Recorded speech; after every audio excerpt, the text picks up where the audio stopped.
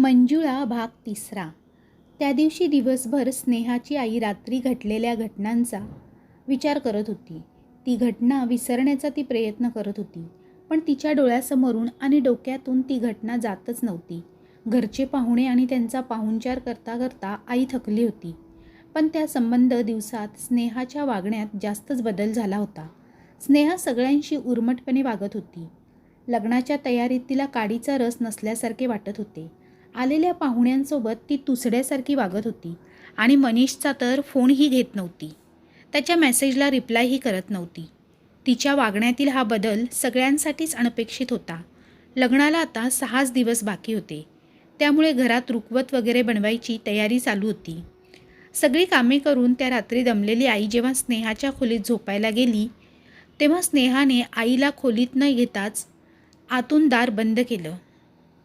बाहेरून आईने, बाबांनी दोघांनी आवाज दिले, तरीही स्नेहाने दार उघडले नाही. शेवटी आई तिच्या खोलीत जाऊन झोपली. दिवसभर भरपूर दमली असली तरीही आईला काय झोप लागत नव्हती. आई फक्त कूस बदलत होती. बाहेर सगळेच झोपले होते. फक्त एक व्यक्ती जागी होती, ती स्नेहा. किचनमधून भांड्यांचा आवाज ऐकू येत होता, पण आई उठली नाही. आपल्यालाच भास होत आहेत आणि मग सगळे वेड्यात काढतात, असा विचार करत आई तशीच पडून राहिली. पण त्या आवाजाने तिच्या शेजारी झोपलेल्या बाबांनासुद्धा जाग आली. किचनमध्ये काय वाजतंय गं? बाबा कूस बदलत म्हणाले. कुठे काय, मला नाही ऐकू येत, आई म्हणाली. अगं, चांगला भांड्यांचा आवाज येतोय, जा बघ, एखादं मांजर वगैरे शिरलंय का, बाबांनी सांगितलं. तरीही स्नेहाची आई अजिबात जागेवरून उठली नाही.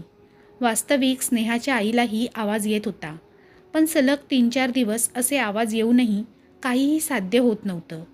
त्यामुळे स्नेहाची आई जागेवरून उठलीच नव्हती. बाबाच उठले आणि टेबलवरचा चष्मा लावून खोलीबाहेर आले. त्यांच्या पाठोपाठ स्नेहाची आईही बाहेर आली. किचनचा दिवा बंद होता. बाबा आणि आईही किचनमध्ये आले. बाबा किचनचा दिवा लावणार इतक्यात त्यांना फरशीवर कोणीतरी बसलेलं दिसलं. ती कोणीतरी स्त्री होती आणि हळू आवाजात अंगाई म्हणत होती. तिच्या जवळून अगदी लहान मुलाचा मुसमुसण्याचा आवाजही येत होता. कोण आहे असे विचारताच बाबांनी दिवा लावला, पण चुकून ट्यूबचं बटन न दाबता त्यांनी 0 बल्बचं बटन दाबलं आणि त्या अंधुक लालसर अंधारात साडी घातलेली ती स्त्री पाठमोरी बसलेली दिसत होती. बाबांनी कोण आहे विचारताच तिची अंगाई थांबली, पण ती तशीच बसून होती. बाबांच्या मागे उभे राहून आईही हे दृश्य बघत होती. बाबांनी पुन्हा एकदा विचारलं, कोण आहे? मंजुळा. पहिल्यांदाच त्या पाठमोऱ्या स्त्रीच्या तोंडून आलेला आवाज बाबांनी ऐकला. कोण मंजुळा? असं बाबा म्हणत पुढे झाले. त्याचवेळी त्या स्त्रीने मागे वळून पाहिले. तेवढ्यात आईने ट्यूबचे बटन दाबले आणि क्षणात किचनमध्ये उजेड पसरला. समोरचं दृश्य बघून बाबा प्रचंड घाबरले. काही पावले मागे झाले. त्यांचा तोल जाऊन पडणार एवढ्यात आईनेच त्यांना आधार दिला. पण समोरचं दृश्य खरोखर भीतीदायक होते. अर्धवट साडी नेसलेली, डोक्यावरून पदर घेतलेली, कपाळावर मळवट भरलेला, केस अस्ताव्यस्त झालेले, चेहऱ्यावर राक्षसी तेवढेच करुण भाव, ती स्त्री म्हणजे स्नेहाच होती. स्नेहा आईच्या तोंडून किंकाळीच बाहेर पडली. पहिल्यांदाच आईला त्या अंगाईचे, किचनमधल्या भांड्यांच्या आवाजाचे, स्नेहाच्या खोलीत पाहिलेल्या त्या आकृतीचे खरे रूप दिसले होते. कोण स्नेहा? मी मंजुळा हाय, मंजुळा. माझ्या लेकराला भूक लागली या, त्याला दूध पाहिजे, त्याला खायला पाहिजे, ती स्त्री अतिशय करड्या आवाजात बोलत होती. तिचे ते भयंकर रूप आणि भयंकर आवाज ऐकून सगळेच जागे झाले होते. भीतीने अक्षरशः थरथर कापत होते. आपल्या लेकीचा हा अवतार बघून बाबा तसेच चटकन पुढे आले. स्नेहाच्या दंडाला पकडून ते जोरात ओरडले, स्नेहा, भानावर ये, जागी हो. पण एका झटक्यासरशी स्नेहाने त्यांचा हात झटकला आणि स्नेहाचे बाबा मागे कोलमडले. आपल्या नाजूकशा मुलीची ती प्रचंड ताकद बाबांना पहिल्यांदाच जाणवली. स्नेहाच्या आईने बाबांना सावरले तेवढ्यात. ए बाबा, लांब राहायचं, जवळ यायचं नाही. दिसत नाही का माझं लेकरू रडतंय? स्नेहा त्याच घोगऱ्या आवाजात म्हणाली. तेवढ्या स्नेहाची आई पटकन पुढे आली आणि स्नेहाचं डोकं पकडून आपल्या छातीशी तिला घट्ट धरलं आणि मोठमोठ्याने स्वामीनाम घेऊ लागली. काही वेळातच अंगातील शक्ती संपल्याप्रमाणे स्नेहा आईच्या मिठीतच बेशुद्ध झाली. सगळ्यांनी तिला उचलून हॉलमध्ये ठेवले. स्नेहा बेशुद्ध होती. पहिल्यांदाच हे काहीतरी वेगळं आहे हे बाबांना पटलं होतं. त्यांनी मनीषला फोन लावून बोलावून घेतले. एवढ्या मध्यरात्री फोन आल्यानंतर मनीषही तातडीने स्नेहाच्या घरी आला. घडलेला सगळा प्रकार स्नेहाच्या बाबांनी मनीषला सांगितला. बराच वेळ विचार केल्यानंतर या सगळ्याची सुरुवात ट्रीपनंतर झाल्याचा निष्कर्ष समोर आला. इकडे काही वेळाने जेव्हा स्नेहा जागी झाली तेव्हा तिचं डोकं खूप जास्त दुखत होतं. आपला अवतार बघून हे कसं झालं तिला कळलंच नाही. आईने तिची समजूत काढली आणि तिला घेऊन बेडरूममध्ये झोपवलं. एव्हाना 3 वाजून गेले होते. सगळेच जागे होते. जर आई म्हणतात तसं ट्रीपमध्ये काही झालं असेल तर स्नेहाच सांगू शकते. मनीष म्हणाला, हो पण मला नाही वाटत स्नेहा काही बोलू शकेल. स्नेहाची आई म्हणाली, मग याची माहिती कोणाकडून मिळणार? मनीष म्हणाला, मला वाटतं स्नेहा ज्या ग्रुपबरोबर गेली होती त्यातल्या तिच्या सहकाऱ्यांना नक्की माहीत असेल. बाबा म्हणाले, माझ्याकडे स्नेहाच्या ट्रेक प्रमुखाचा नंबर, मी सकाळीच त्यांना फोन करते.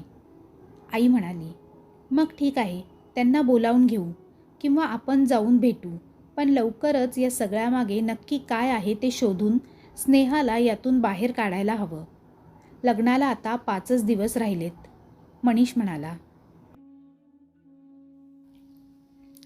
सकाळी स्नेहाच्या आईने स्नेहाच्या ट्रेक प्रमुखाला म्हणजे प्रमोदला फोन केला. त्याला सगळा प्रॉब्लेम सांगितला. तेव्हा तो स्वतः यात सगळी मदत करायला तयार झाला. स्नेहाचे बाबा आणि मनीष त्याला भेटायला गेले. तेव्हा त्याने ट्रेक दरम्यान घडलेला रात्रीचा किस्सा त्यांना सांगितला. स्नेहा कशी कॅम्प सोडून गेली होती, ती आम्हाला कशी सापडली, तिथे कोणीतरी बाई आणि तिचं रडणारं बाळ दिसलं, हे सगळं प्रमोदने सांगितलं. मनीषने हे सर्व स्नेहाच्या आईला लगेच फोन करून कळवलं आणि तो आणि स्नेहाचे बाबा लगेचच प्रमोदला सोबत घेऊन कॅम्पच्या ठिकाणी जाऊन काही माहिती मिळते का बघतायत असंही कळवलं. आईला पण सोबत यायचं होतं, पण आधी काही माहिती मिळते का बघून कळवतो असं सांगून तुर्तास मनीषने त्यांना सोबत येऊ नका असं सांगितलं. मनीष, स्नेहाचे बाबा आणि कॅम्प प्रमुख प्रमोद त्या गावच्या दिशेने निघाले. गाडीने त्यांना त्या गावात पोहोचायला 2-2.5 तास गेले होते. आधी गावात काही माहिती मिळते का ही चौकशी करावी आणि मग पुढे जावं असा विचार स्नेहाच्या बाबांनी बोलून दाखवला. वास्तविक स्नेहाचे बाबा कालपर्यंत या कसल्याच गोष्टी मानत नव्हते, पण त्यांनी जे आपल्या डोळ्यांनी पाहिलं त्यानंतर त्यांना विश्वास ठेवणे भाग होतं आणि आता लग्नाच्या आत त्यांना आपल्या मुलीला या दुष्ट चक्रातून सोडवायचे होते. मनीषचेही अल्पावधीत स्नेहावर प्रेम जडले होते. लग्न अजून व्हायचे असले तरीही त्याने बायको म्हणून स्नेहाचा कधीच स्वीकार केला होता आणि आपली होणारी बायको जरी असली तरीही तिच्या प्रत्येक सुखदुःखात आपण सहभागी व्हायलाच हवे या आपल्या विचारावर तो ठाम होता. स्नेहाच्या बाबांच्या मनातील विचार त्यांनी मनीष आणि प्रमोदला बोलून दाखवला. त्यांची काही हरकत नव्हतीच. त्यांनी गावात चौकशी करायला सुरुवात केली. त्या राईबद्दल, त्या राईतील रहस्याबद्दल आणि मंजुळाबद्दल. फारसं कोणी काही सांगत नव्हतं. गावात मंजुळा नावाच्या काही बायका होत्या, पण काही जिवंत होत्या आणि काही मुली होत्या. काही सासूरवाशिनीही होत्या. लहान बाळ असलेली मंजुळा फारशी कोणाला माहीत नव्हती. स्नेहाचे बाबा विचारता विचारता एका माणसाला भेटले. तो त्या गावातील महादेव मंदिर आणि भैरवनाथ मंदिराचा पुजारी म्हणजेच गुरव होता. स्नेहाच्या बाबांकडून सगळी गोष्ट ऐकल्यानंतर ते म्हणाले, तुम्ही म्हणता तशी आमच्या गावाची राई गावाच्या पश्चिमेला आहे. तिला आम्ही देवराई म्हणतो, पण तिथे कोणी जात नाही कारण वाट अवघड आहे. आमच्या गावाचा वैद्य जायचा झाडपाला आणायला, पण आता तो पण थकला आहे, त्यामुळं तो पण नाही जात. पण तुम्ही म्हणता त्या वाटेने तिथे जाऊच शकत नाही. तुम्ही सांगताय त्या वाटेने तुमची पोरगी तिथं गेली असलं तर तो चमत्कारच म्हणायला हवा. आणि दुसरी गोष्ट मंजुळा. आमच्या गावात लहान बाळ आणि त्याची मंजुळा नाव असलेली बाई पिशाचिनी झाली असतं मला वाटत नाही. कारण कोणती घटना गेले कित्येक वर्षात माझ्या तरी ऐकण्यात नाही. आमच्या गावात सखाराम पाटलाच्या लेकीचं नाव मंजुळा आहे. माझ्या माहितीप्रमाणे ती पोटुशी होती, पण काही महिन्यापूर्वी ती बाळंतीण झाली होती. हवं तर आपण त्यांना विचारू आणि काळजी करू नका. आमच्या गावाच्या वेशीत असं काय घडलंय तर आमच्या गावचा भैरोबाच तुमच्या लेकीला या संकटातून मोकळं करेल. आधी आपण सखारामच्या घरी जाऊन चौकशी करू. चौघे मिळून गावातील एका घरात गेले. घराची अवस्था फारशी चांगली नव्हती. बाहेरूनच गुरुवांनी सखारामला आवाज दिला. त्या पाठोपाठ एक वयस्कर माणूस बाहेर आला. वय फार नसलं तरीही परिस्थितीने थकलेला सखाराम बाहेर येऊन समोर उभा राहिला. सखाराम, तुझ्या लेकीचं नाव मंजुळा आहे ना? गुरुवांनी त्याला विचारलं. वय, सखाराम म्हणाला. कशी हाय ती आता? बाळंतीण झाली ना? गुरवनं विचारलं. आता कुठं, 6 महिनं झालं. नवरा घेऊन गेला तिला मागच, सखाराम म्हणाला. मग आता सासरी बरी आहे ना? गुरुवानं पुन्हा विचारलं. नाही ना, आमच्या घरून गेल्यापासनं दोघं बी गायब आहे ती. इकडून जाताना आमचा जावई म्हणाला होता, देवाचा नवस फेडून घरी जाणार, पण त्यानंतर त्यांचा पत्ता नाही. भैरोबालाच माहीत आमची लेक कुठं गेली ते. सखारामच्या डोळ्यात पाणी होतं. त्यानंतर काही वेळ सखाराम सोबत बोलून गुरुवाने स्नेहाच्या बाबांना स्नेहाला गावात बोलावून घ्यायला सांगितलं. मनीषने स्नेहाच्या घरी फोन केला. आईला स्नेहाला सोबत घेऊन यायला सांगितले. स्नेहाची आई सकाळपासून त्याच तयारीत होती. तिने मुलाच्या मदतीने स्नेहाला सोबत घेतले आणि ते तिघे गाडीने त्या गावच्या दिशेने निघाले. खरं तर सुरुवातीला स्नेहा यायला तयार नव्हती, पण नंतर काहीच वेळात ती स्वतःहून यायला तयार झाली. त्यामुळे त्यांच्या प्रवासात फारशा अडचणी आल्या नाहीत. संध्याकाळी 6च्या सुमारास ते तिघे गावात पोहोचले. स्नेहाचे बाबा त्यांचीच वाट बघत होते. गुरुवाने गावाच्या भैरोबाच्या मंदिरात पूजेची तयारी केली होती. मनीष आणि प्रमोदही त्यांच्यासोबत होते. गावातल्या काही लोकांना त्याने मंदिराबाहेर बोलावून ठेवले होते. मंजुळाची आई आणि वडील दोघांनाही गुरुवाने मंदिरात बसवले होते. खरं तर त्या बिचाऱ्यांना काय चालले काहीच कल्पना नव्हती. फक्त तुमच्या लेकीला परत आणायचे म्हणून पूजा करायची आहे, एवढंच काय त्यांना गुरुवाने सांगितलं होतं. स्नेहा आणि तिची आई गावात पोहोचल्यावर गुरुवांनी सांगितल्याप्रमाणे बाबा तिला देवळाच्या दिशेने घेऊन गेले. पण इतका वेळ शांत असलेली स्नेहा देवळाच्या जवळ येताच अचानक आक्रमक झाली. ती मागे मागे हटायला लागली. पण गुरुवांनी सांगितल्याप्रमाणे गावातील बोलावलेल्या काही बलदंड माणसांनी पुढे होत तिला अडवले. ती आक्रमक होऊन त्यांच्यावर धावून जाऊ लागली. स्नेहाचे आई बाबा तर कधीच लांब झाले होते, कारण आता जी होती ती स्नेहा नाही, मंजुळा आहे हे त्यांना माहीत होते. आणि मंजुळाने स्नेहाला जखमी करू नये म्हणून गावातील ती मंडळी तिच्याभोवती कड करून उभी होती. पण स्नेहा म्हणजेच मंजुळा एवढ्या लोकांनासुद्धा ऐकत नव्हती.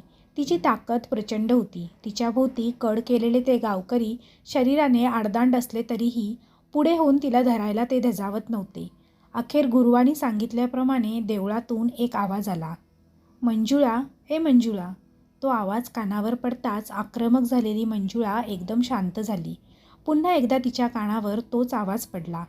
मंजुळा, ए मंजुळा. आणि त्यानंतर मंजुळा ओढल्याप्रमाणे देवळाच्या दिशेने पुढे पुढे जाऊ लागली. तिच्या डोळ्यातून घळाघळा पाणी वाहत होते. तो आवाज मंजुळाच्या आईचा होता. देवळाच्या आतून मंजुळा ही हाक ऐकून तिच्यात अचानक झालेला बदल. मंदिराचे गुरव देवळाच्या दारात उभे राहून पाहत होते. ती अचानक शांत झाली होती आणि काहीतरी शोधत होती. तिची ती भिरभिरती नजर पाहून गुरुवाची खात्री पटली की स्नेहाच्या शरीरात असलेला पिशाच्च म्हणजे दुसरं तिसरं कोणीही नसून सखाराम पाटलाच्या मुलीचा मंजुळाचाच आहे. गुरुवाचा अंदाज खरा ठरल्याने आता त्याला स्नेहाला मंजुळापासून सोडवायचं होतं आणि मंजुळाला मुक्ती मिळवून द्यायची होती. फक्त मंजुळा तिच्या आईवडिलांकडून गेल्यानंतर पुढे नक्की काय घडलं, तिचा मृत्यू कसा झाला, बाळाचं काय झालं आणि तिचा नवरा कुठे गेला हे आता तिच्याकडून वदवून घ्यायचं होतं. त्यानंतर स्नेहाची तिच्यापासून सुटका करणे सोपे जाणार होते. खरं तर बाहेर काय चालले हे मंजुळाच्या आईला काहीही कळत नव्हतं. फक्त आपली लेक आज आपल्याला भेटणार असंच तिला वाटत होतं. पण ती अशा कोणत्या तरी रूपात येईल हे तिलाही वाटलं नव्हतं. गुरुवाच्या सांगण्यावरून तिने पुन्हा एकदा मंजुळाला आवाज दिला. आपल्या आईचा आवाज ऐकून शांत झालेली मंजुळा पुढे झाली. सगळ्यांना समोर स्नेहा दिसत असली तरीही त्या शरीराचा ताबा सखाराम पाटलाच्या लेकीने म्हणजेच मंजुळाने घेतला होता. पण आता कोणीही तिला धरणार नव्हते किंवा कोणीही तिला ओढत देवळात घेऊन जाणार नव्हते. मंजुळा स्वतःहून देवळाच्या दारापर्यंत आली होती, पण देवळाच्या दारात येताच समोर भैरोबाची मूर्ती बघून आवाजाच्या ओढीने आलेली मंजुळा भानावर आली. पिशाच्य असलेला तिचा मूळ स्वभाव तिला पुढे जायला विरोध करू लागला. पण आतून येणारा आईबापाचा रडवेला आवाज आणि पिशाच्य योनी यात एक प्रकारचे द्वंद्व सुरू झाले होते. आपण देवळात पाऊल ठेवलं की आपली सुटका नाही हे तिला माहीत होतं. तरीही आत असलेले आईबाबा तिला बघायचे होते. त्यांना खूप काही सांगायचे होते. त्यांच्या गळ्यात पडून रडायचे होते. पण त्याच वेळेला तिला स्नेहाचे शरीर सोडायचं नव्हतं. तिच्यासोबतच्या घटना तिला इतक्या सहजासहजी एका लग्न होणाऱ्या मुलीचे शरीर सोडायला तयार होऊ देत नव्हत्या. ती मंदिराच्या अगदी जवळ उभी होती, पण तिच्या मनात सुरू असलेले ते द्वंद्व भैरवनाथाच्या मंदिराच्या गुरुवाला कळायला वेळ लागला नाही. गुरुवानी गावातील जमलेल्या माणसांना खुणावले. लगेचच त्या 5-6 आडदंड माणसांनी अचानक पुढे होऊन मंजुळाला म्हणजे स्नेहाला उचलले आणि तिला देवळात घेऊन जाऊ लागले. स्नेहाची प्रचंड तडफड सुरू होती. तिच्या शरीरात असलेली मंजुळा तिला देवळात जाऊ देत नव्हती, पण तिला आजूबाजूने धरलेल्या लोकांची ताकद जास्त होती. अखेर तिचा विरोध न जुमानता त्या लोकांनी तिला उचलून नेऊन देवळात भैरोबाच्या समोर आखलेल्या राखेच्या चौकोनात बसवलं. ती राख भैरवनाथाच्या मंदिरात पेटवलेल्या धुनीची होती. चौकोनात बसल्यावर गोंधळ घालणारी मंजुळा अचानक शांत झाली आणि गांगरून आजूबाजूला बघायला लागली. अचानक तिच्या नजरेला एका कोपऱ्यात बसलेले तिचे आईबाबा दिसले. दोघेही चौकोनात बसलेल्या स्नेहाकडे म्हणजेच मंजुळाकडे बघून रडत होते. मंजुळाच्या आईने तर तोंडाला पदर लावला होता, पण तिला तिचा हुंदका अडवता येत नव्हता. त्यांच्याकडे बघून अचानक मंजुळा तिच्या घोगऱ्या आवाजात म्हणाली, "नाही सोडणार मी हिला. तुम्ही किती बी उपाय करा, पर म्या नाही सोडणार हिला." "मंजुळा, तू सखाराम पाटलाची मंजुळाच आहे ना?" गुरुवाने तिला विचारले. "मी का सांगू मी कोण हाय, पर म्या या पोरीला सोडणार नाही, काय बी होऊ दे," मंजुळा पुन्हा म्हणाली. पण त्याच वेळेस आपल्या हातातील भैरोबाचा अंगारा पुढे करत गुरव तिला म्हणाला,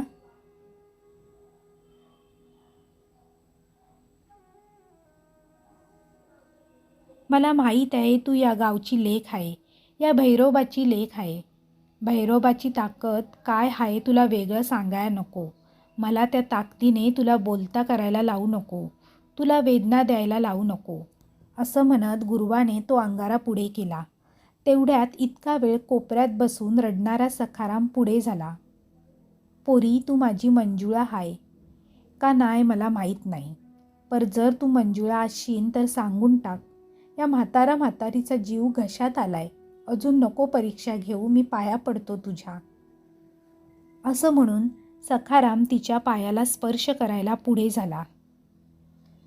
"नाही आबा." अचानक स्नेहाच्या तोंडून आवाज आला, पण पहिल्यांदा तो आवाज घोगरा नव्हता किंवा तो स्नेहाचाही नव्हता, तर तो मंजुळाचा होता. "मंजुळा पोरी." तो आवाज ऐकून सखारामच्या तोंडून हुंदका बाहेर पडला आणि कोपऱ्यात मुसमुसणाऱ्या मंजुळाच्या आईच्या तोंडून नकळत मंजू असा अस्पष्ट आवाज बाहेर पडला, "व्हय आबा, मी मंजूच हाय."